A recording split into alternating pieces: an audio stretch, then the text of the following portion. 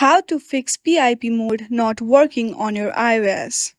For that, first of all, launch your settings on your device. Once you are on your settings homepage, scroll down a little bit. There you'll see general option.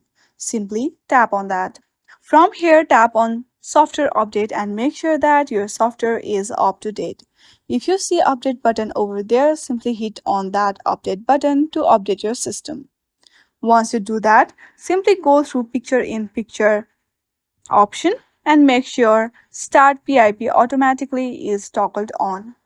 Once you do all of this but your problem is still not solved, then go back to the settings homepage, tap on general and scroll down to the last. There you see transfer or reset iPhone, simply tap on it and do reset all settings.